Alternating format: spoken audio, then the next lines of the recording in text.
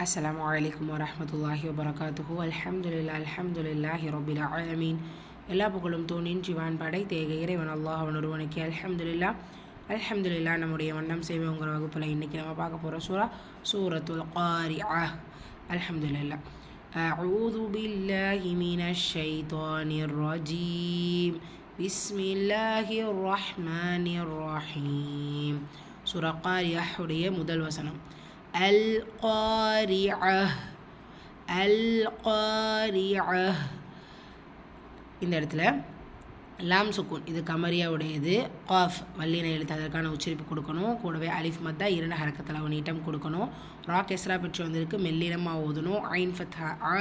வசனத்துடைய முடிவில் தா மர்பூதா வந்திருக்கு, ஹா சாக்கினா மாற்றி ஓதணும். அல் காரிஆ. சூரா காரியாவுடைய இரண்டாவது வசனம் மல் காரிஆ.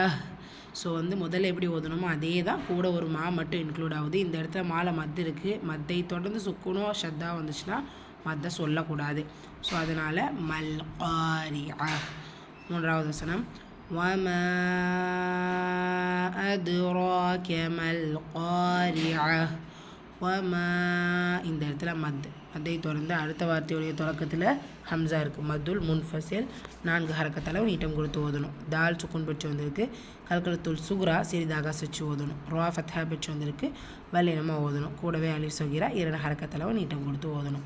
மல் காரிஆ.